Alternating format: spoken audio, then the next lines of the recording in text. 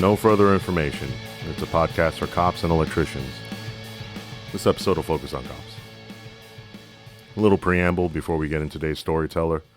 So somehow my dumbass managed to figure out how to get the show onto Apple Podcasts and Spotify. Please search for NFI or No Further Information in your podcast app of choice to find us. You'd be doing me a solid by rating, following, and subscribing, leaving a review. The more quote-unquote traffic that the show gets in all these platforms, the more likely the almighty algorithm will introduce the show to newer listeners.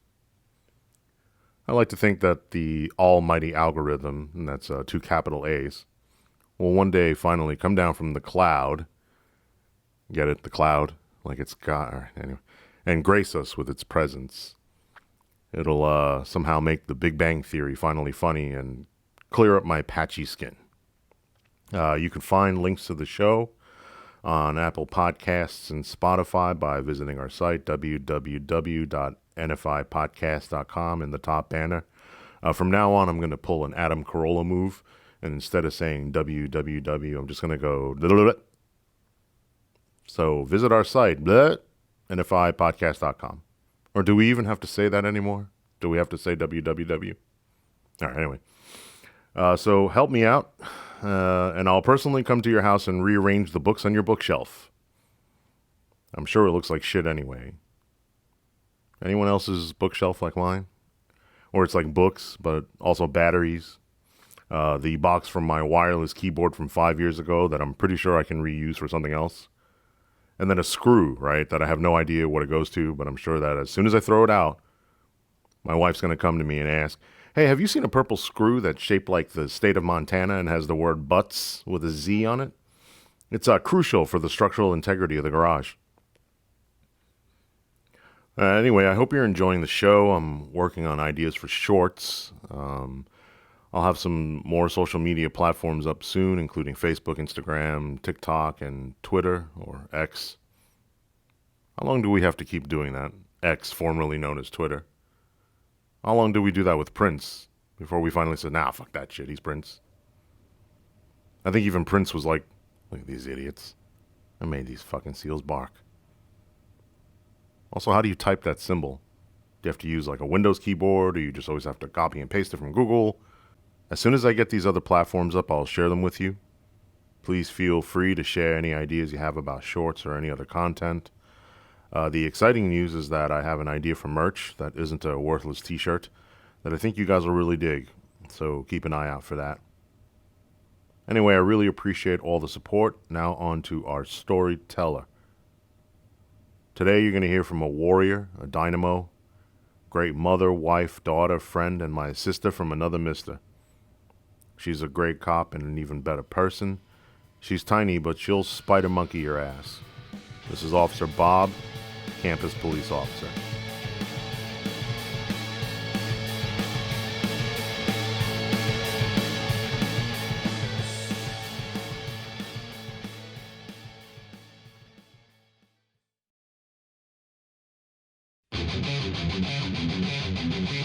Hi, I'm Officer Bob. I'm a campus police officer in Texas.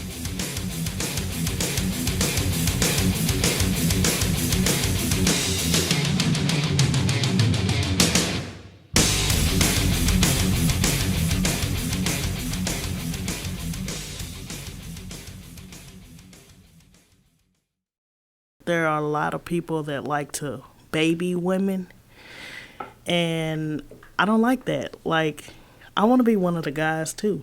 Okay, are female officers, are some female officers different than male officers? Yes. So some of the stereotypes do play out. Correct. Okay. Height, weight, for the most part. But if I can't handle it, then I can tell you. Would you though? Yes. Okay, so let's use physical dimensions as an example. It's no surprise that on the whole, men are stronger than women. Correct. So if you have a physical encounter that you find yourself being bested at, and then the male officers swoop in and say, "Move over, honey, we got this." I mean, how does one handle that aside from being just a female police officer, but how does one handle that? Well, if I'm getting my ass kicked on the side of the road, please help me out. But if I'm in a position where I need the help, then I'm thankful. And so let's say this. So I get my ass kicked and then other officers swoop in and come help me. But then it's different for me, right? Because people go, oh man, we backed you up, right? But for you, it's she couldn't handle it, right? Correct. Do you just have to be louder then? Do you have to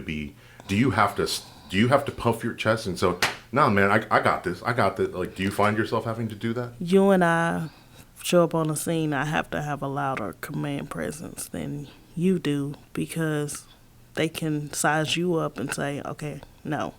But with me, it's like, oh, I can handle her, but I have to show them, like, no. There's an added pressure. Yeah. Okay. Is there an added pressure for being female and a minority? Yes. Especially in this profession, right? Yeah. Of course, because we know each other, I've never met you before in my life. I absolutely hate when other black people are like, you're my sister. Like, they want me to, because they're black, have their back. So in a hypothetical scenario where this has never happened before, you and I show up on a job and the guy doesn't, or the subject or whomever, the target of my attention doesn't like what I'm saying and sees you and go, man, this motherfucker, and hey, what's up, sister? And then you to the target, you're the salvation from me, the fucking asshole. How do you deal with that? I mean, how do you have to have you do? It seems to me, and I'm not black, but it's a delicate balance. Yes. And how do you balance that? First of all, I want you to understand that I'm not your sister, because I take it as it's offensive to me, because if I'm your sister or I got your back or you got my back, we wouldn't be put in this situation to have to deal with this. So, no, I'm not your sister. Now, just because you're black don't mean I have to have your back, because I can murder somebody, you can murder somebody, they can murder somebody. That doesn't mean anything because you're black. Now, what I feel a type of way about is the fact that you think that I should have your back. I didn't show up here with you. I showed up here with him. So I have his back because I know him. I don't know you. I think you said it to me best one time. You said, I'm blue first out here on the street. Correct. I love that. Can you expound on that just a little bit more? Because, like I said, you're a police officer. I'm a police officer. So we're partners. We're partners. I got your back. But I don't know this person. I may know a little bit about them. I may have dealt with them a few times, but I don't know them the way that I know you. We go to lunch together. We talk about our families. We hang out outside of work. So it's more of a relationship with us than it is with them.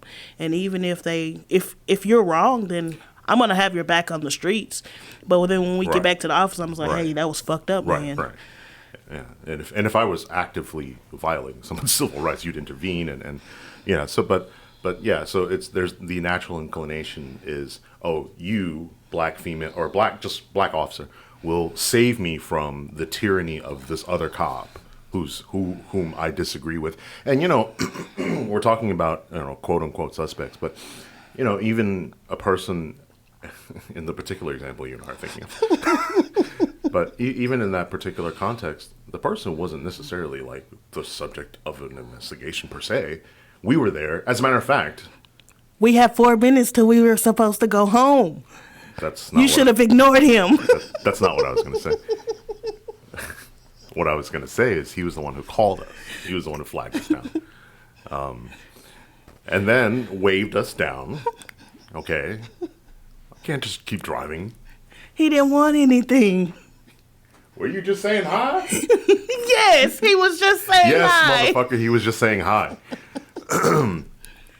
So, do you feel like there's any pressure to, do you feel like there's any pressure to be like the example role model police officer because you have all of these additional pressures that many cops don't feel. You're female, minority.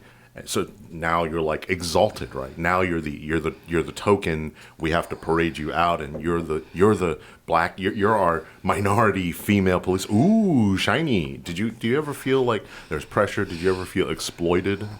A lot of times. Most agencies that I have worked at in law enforcement, I have been the only female black officer.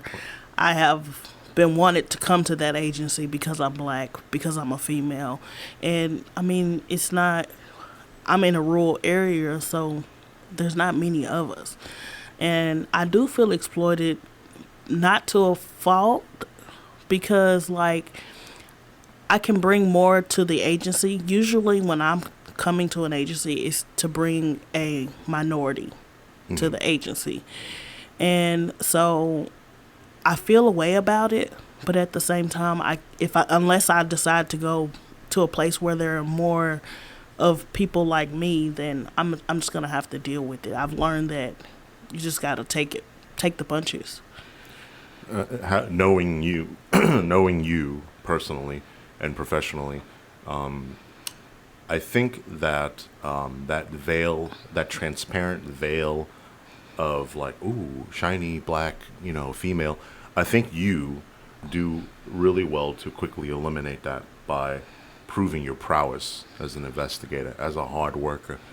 And so now it's almost like you have this, let's throw one more up on the board, this additional pressure of, okay, not only am I a female police officer, not in a male-dominated profession, not only am I a minority, now I have to like almost overcompensate or compensate for the fact that I was hired because of fill in the blank, and show. So, man, it's a lot of pressure. It is. It's a so lot of pressure. What I like to do is I don't worry about the pressures. I just come in, do what I'm supposed to, do my work, and let it show for itself. Like a lot of times when you start an agency, you have to go in. I won't say go in hard, but I would have to be harder than I would normally be.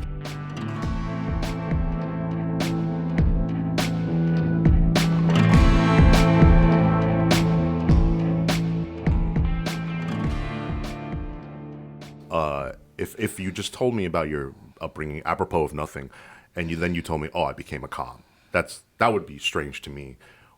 And I know it's cliche to ask people this, but I'm because I know why, I'm particularly interested in why you decided to get on the job. So, my senior year in high school, I went to school in the area that my mom went to school in, Right. And so one of the girls that I went to high school with, my classmate, my mother was her mother's classmate. Right. I don't mind sharing her name. Her name is. Okay. We will have to. You understand? You don't get sued. Yeah. My fucking ass gets sued. Okay.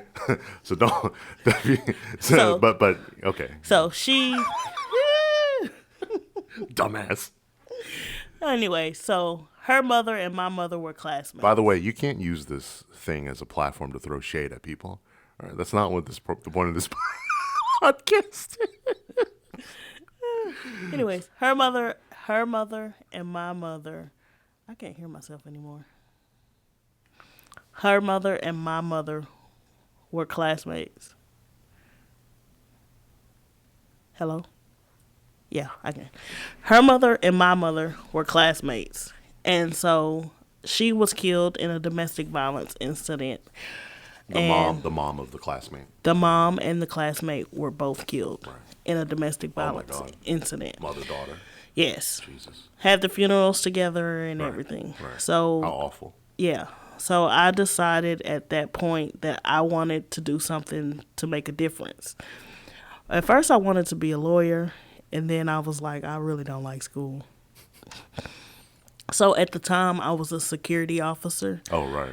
And I was just like, I want to be a police officer. That I can make a difference. This was just out of the blue, up your ass. You're sitting around. You're like, well, that seems to be the next step, natural step. Okay. Yeah, because at the time I was a supervisor in Right. but there was nothing more that I could do. So I wanted to go a step higher. So I went home and I told my husband that I wanted to be a police officer. And I just thought he was going to say, like, bullshit. Like, he thought I was playing.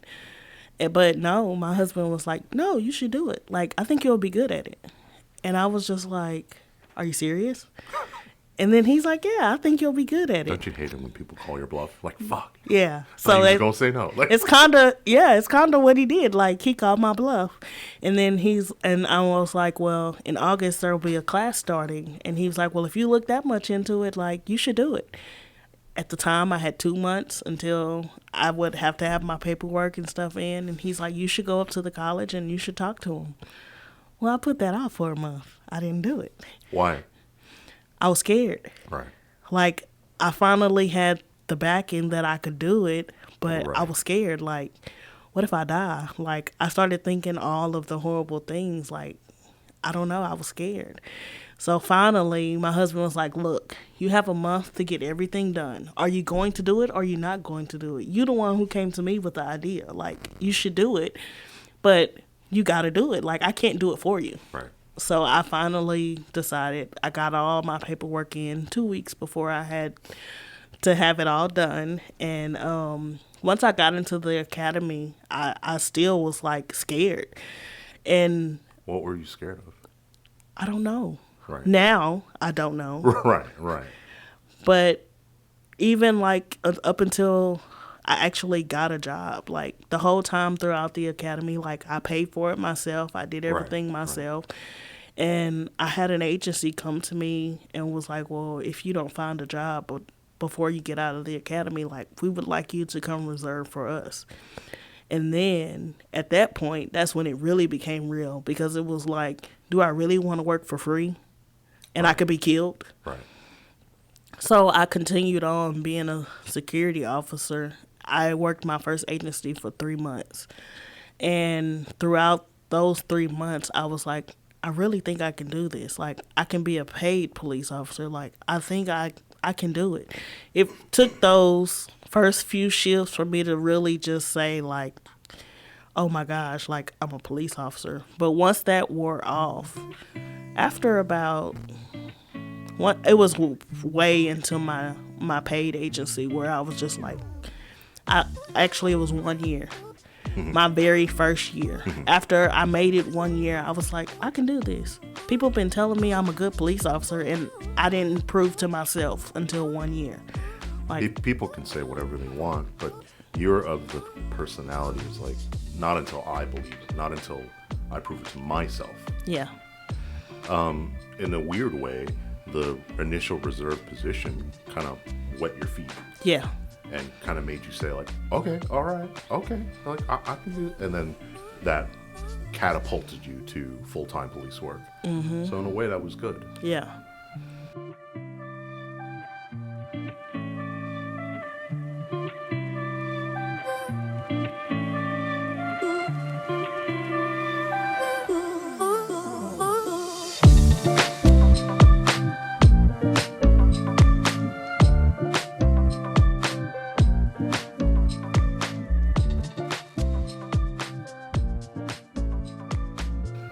Did you ever feel, so the reason you signed up, this awful thing happens while you were a kid to someone you know who's close to you and your family. You sign up to sort of right that wrong, maybe, or I want to make a difference. Mm-hmm. Then from that point to the time you're actually on the job, there's so much happening. Mm-hmm. Did you ever get your moment where you said to yourself, like, this is why I signed up for the fucking job? Yes, it actually happened again. Can you tell us? So in 2020, I actually was at that paid position, and I got hurt on the job. A pregnant lady kicked my knee backwards. I was trying to arrest her on a warrant. They wouldn't allow, if she wouldn't have fought me, she wouldn't have went to jail. But she fought me because you weren't going to arrest her for the warrant? No, so I was going to arrest her for the warrant, but because of COVID, they weren't taking everything. They weren't taking people to jail, and we actually had to drive to another county to take people to jail, and they didn't want me to take her to another jail where she was pregnant, and there was COVID in the jail. Was this TCIC? Yes. So it was a state warrant, not an unpaid ticket? Yeah, it was a Class A. Okay. So because it wasn't a felony, they wouldn't take her. Oh, okay. All right. And so had she not fought me, then she wouldn't have not gone to jail. But because she fought me, that's when they're like, okay, we're going to take her, but we're not going to take her on the warrant. So when I got hurt, I was off of work for 3 months. And because I was off of work during that 3 months, I felt like shit. Because during the 3 months that I was working, another one of my classmates and his mom was killed. Exactly the same domestic violence incident. The first time was with a knife. This time was with a gun. And did you say his? Yes, this one was a guy. Wow. So the perpetrator was it a female? No. So a guy and his mom got killed by his stepdad. Oh my God. Yeah. And the first one was a female and her mom by her stepdad. So, this is that's crazy deja vu for you. Yeah. It's gotta be. Yeah. So I felt like shit because I was like, I signed up to become a police officer. Although I didn't work in the city that it happened in, it was like, I signed up to be a police officer to make a difference. If I can't make a difference within people that I know, how can I make a difference in the world? You're injured at this point, so you're on leave. Yeah, so that really took a toll on my mental health. How did you deal with that? I started going to counseling. This is when I started taking anxiety medication. Before it was like anxiety was bad. But now I understand, it's not always bad. And by me taking this medication, it didn't make me a bad person. It didn't make it bad. Right. So once I got over the initial shock that I had to take anxiety medication, then I became a better person all around. So the $64,000 question is, how was that received by your department? Initially, it was a fad. So that's what winged me out of that department. They sent me for a psychological, once I got back to work or whatever, they sent me for a psychological eval because I called my chief out on his shit. He told me that he called the city administrator a bitch in front of me, and he told me that my perception of reality was not reality. Because when I called him, he told me he said, you're bringing the morale down in the department. And I said, how am I bringing... You alone? Yeah. Yeah. You one I person. said, how am I bringing the morale down in the department when you just called the city administrator a bitch in front of me? Right. And, I said no such thing. I didn't do that. So that's when he told me, your perception of reality is not reality. And I was like, oh, really? After I just worked a 12-hour shift on the night shift by myself? Right. And so because I called him out on his bullshit, he's like, okay, we got to send you for a psychological. So they used your mental health assistance, as an excuse to oust you because of this disagreement over what is essentially unprofessional behavior. Mm-hmm. It seems to me that even 3 years, coming up on 4 years now, you remember word for word what he said to you. Why did that stick with you so much? It stuck with me because I felt a way about it. How can you tell somebody that their perception is not reality? Because I got you on what you're doing. And it's grossly hypocritical. Yeah. Grossly hypocritical. And every time that I think about it, it's just it just brings me to a place of I cannot, the audacity. And how do you, it stuck with you, have you combated that throughout? You feel like you've continued to combat that accusation? Yeah. Because if someone accuses me of like, being a certain way. I'm like, oh yeah, well, I'll show you that I'm not that way. And how did that stick with you? I mean, after all these years. So my perception of reality was definitely reality.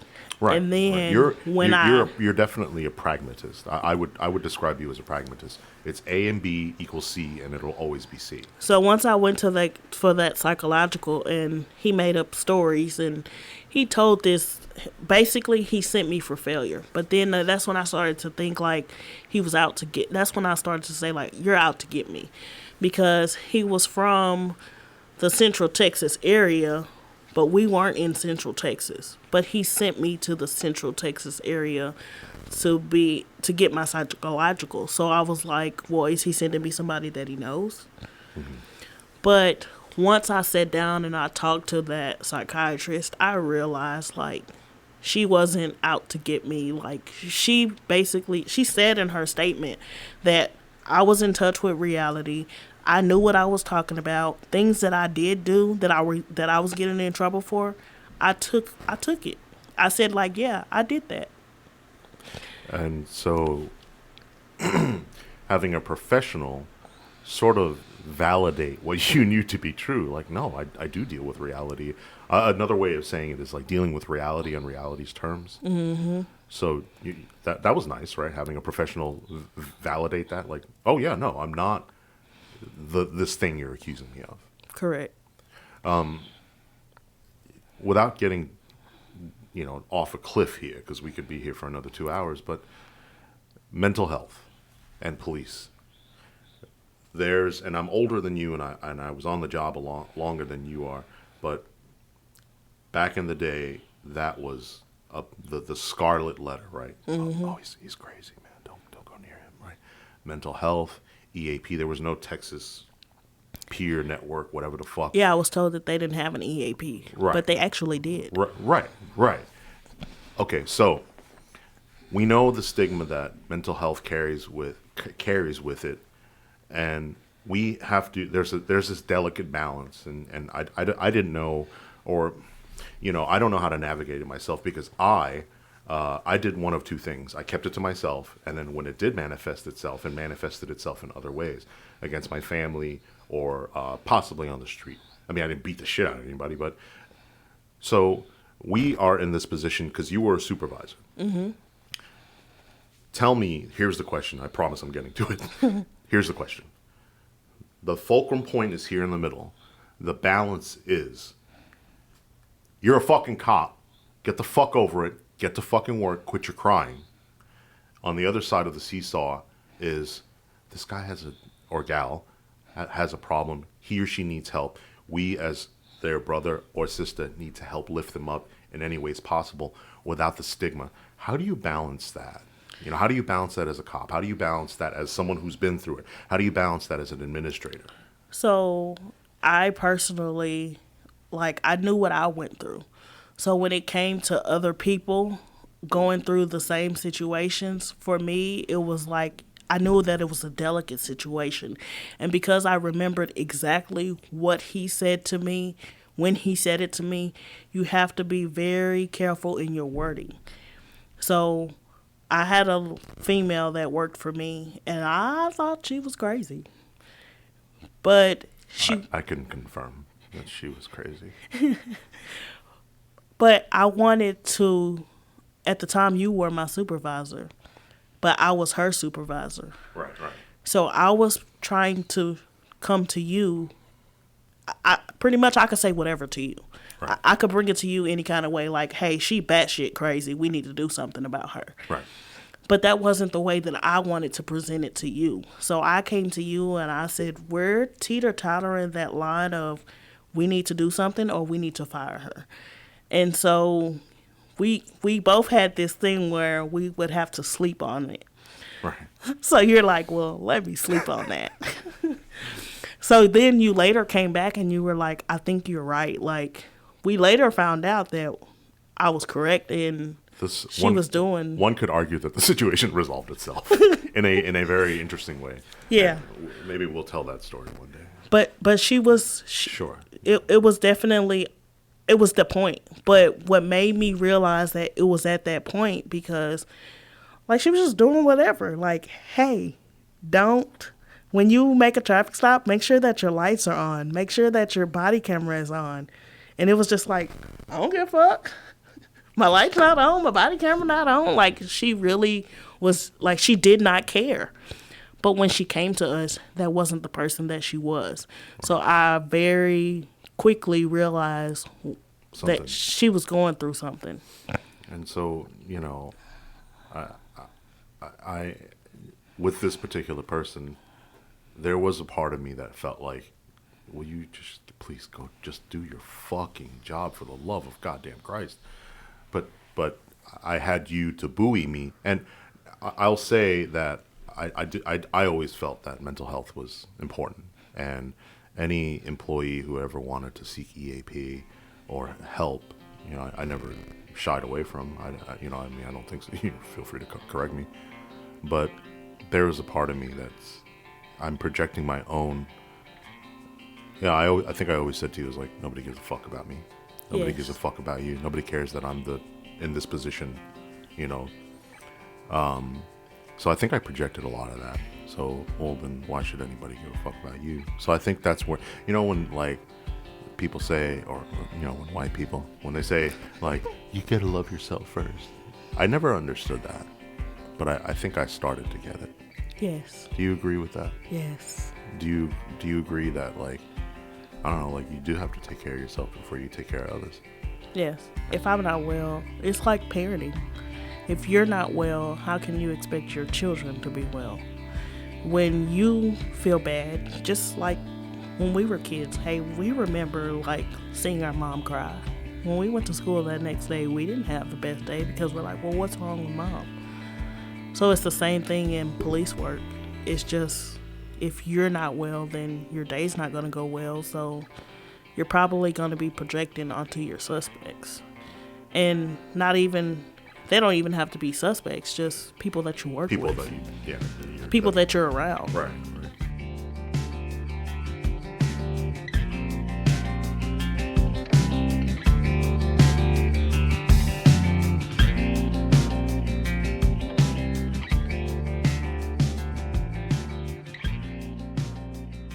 The reason you got on the job, for that, I'm going to help someone. I'm going to right this sort of wrong, so to speak. Did you get that moment? That you know, this is why I signed up for the fucking job. Yes. Can you tell me about that story, if you remember it? Mm-hmm. So I was working at my first paid agency. And although there was a lot of bad that happened there, I did do some good there.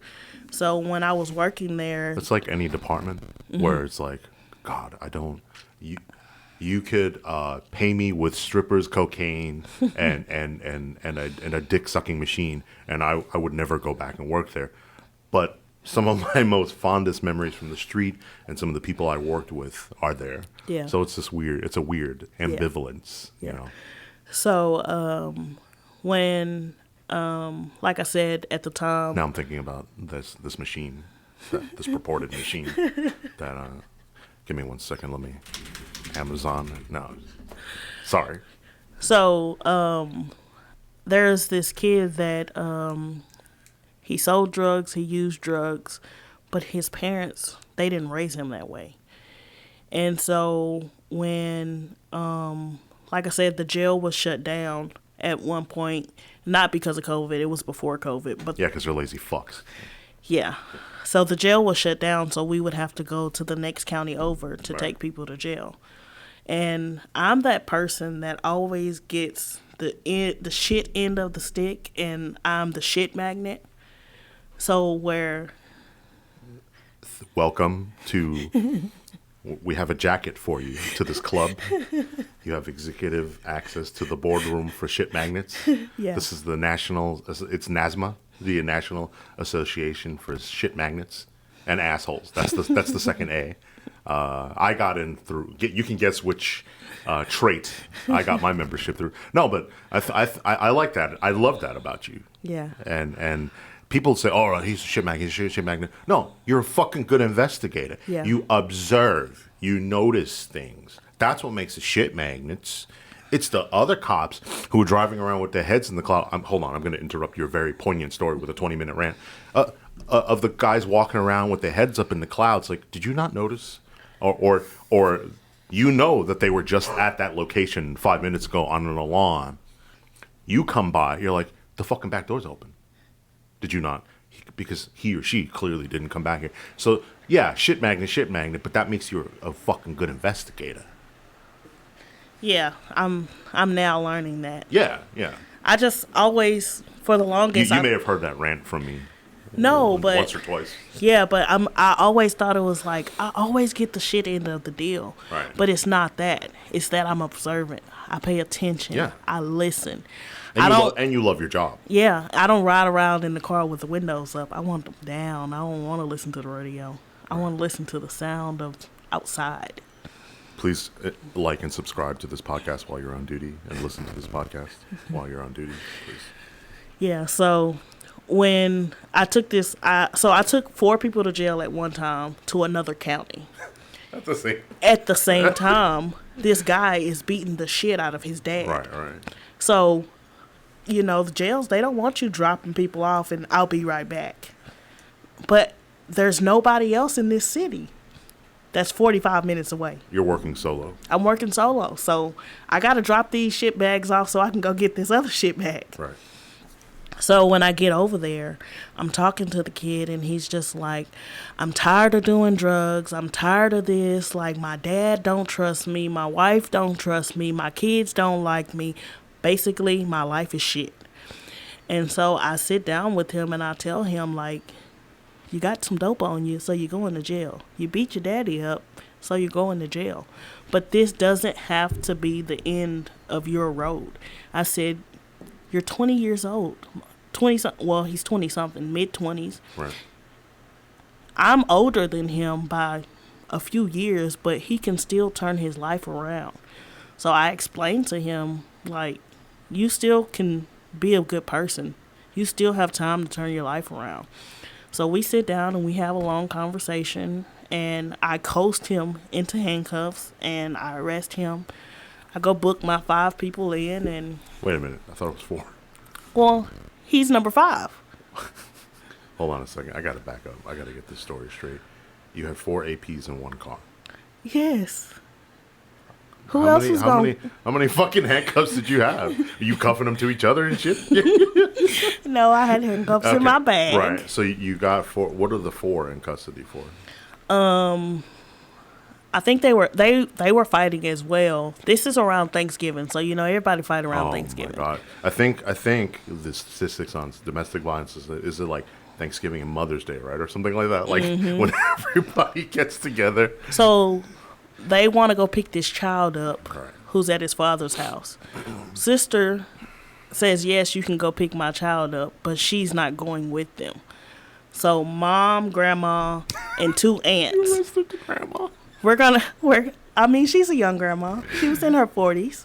Oh my God. She was in her 40s. But when you say that immediately kind of tells you dysfunction, maybe? Yeah. So the 2 aunts are like 18, 19. Grandma's in her 40s. Jesus. And so I'm like, okay. Kids having kids, right? Yeah. 15 years old having kids. And dad calls 911 because they bust in his front door and they forcibly take the child and leave. Oh my God. So they They kidnap the kid, basically. Right. Yeah. No, absolutely. And they assault the dad and stepdad. Right. He has this big old black eye, and so they were arrested like they needed to be. But I do want to cut to the scene where all these women done gone to jail, and now the stepdad and the dad are just like watching football, like Packers. These women whooped our ass. Yeah. Hey, I think Packers Cowboys. I think we're in the second half. You want?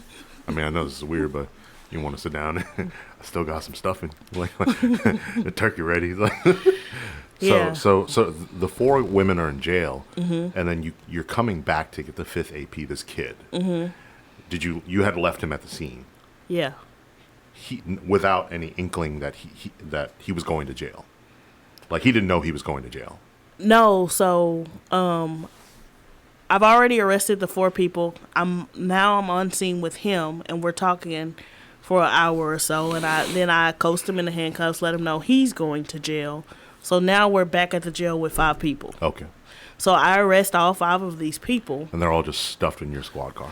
No, so the 4 people I left at the jail.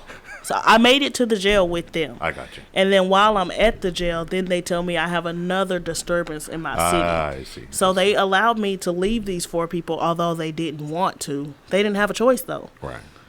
And so when I get to the guy's house and I arrest him and we have our conversation, and he turns his life around. How'd you find that out?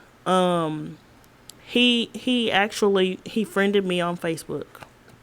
And I was very reluctant. That's crazy, yeah. About accepting it. But he turns his life around. He starts speaking at schools about drugs. He becomes this. He works for a college now, but it's like a trade school. Right.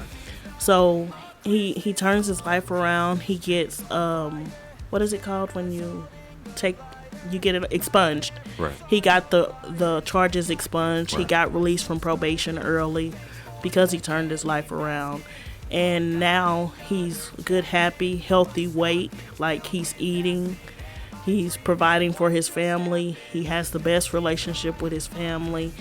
So I decide to go listen to his story that he's telling at the high school. He keeps inviting me, but I never show up. I never go. So finally one day I'm like, okay, I'm going to go. So I go, and he keeps talking about this cop that has changed his life. And I'm like, wait, he's talking about me. He keeps asking me to come to this because he keeps talking about me. I'm this officer that turned his life around and made him decide that my life isn't over. And he tells these kids, like, he was dealing meth, he was dealing heroin, but at first he was just using meth. And then he becomes a dealer. And then when he starts using the heroin is when he starts beating on his wife and beating on his family. And so once I realized that, oh my gosh, like, this story is about me and about him. Then that's when I realized, like, now I'm that officer that has made a difference. How did that make you feel? It made me feel good because I wanted to become a police officer to make a difference, but I have finally made a difference, and I can see that I've made a difference somewhere. It made all the bullshit worth it. The academy, the hesitation. Yeah. Chasing motherfuckers on train tracks. Yes. When I didn't have to. Okay, he said he needed help. 'Cause on Christmas I feel joy, and I turn back to a boy. The answer is to stay young forever. This is not a Christmas, this is not a Christmas song, this is not a Christmas, this is not a Christmas song, this is not a Christmas, this is not a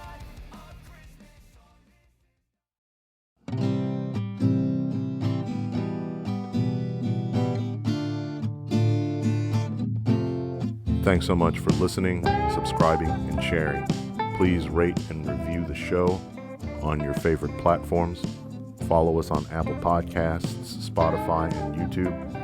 Our website is nfipodcast.com, YouTube at NFI Podcast, and please reach out to us at podcast@nfipodcast.com. Let me know what you think.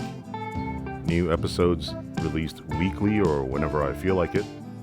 Help us spread the word and tell us what you think. Share it with a friend. Stay safe and remember, do your job.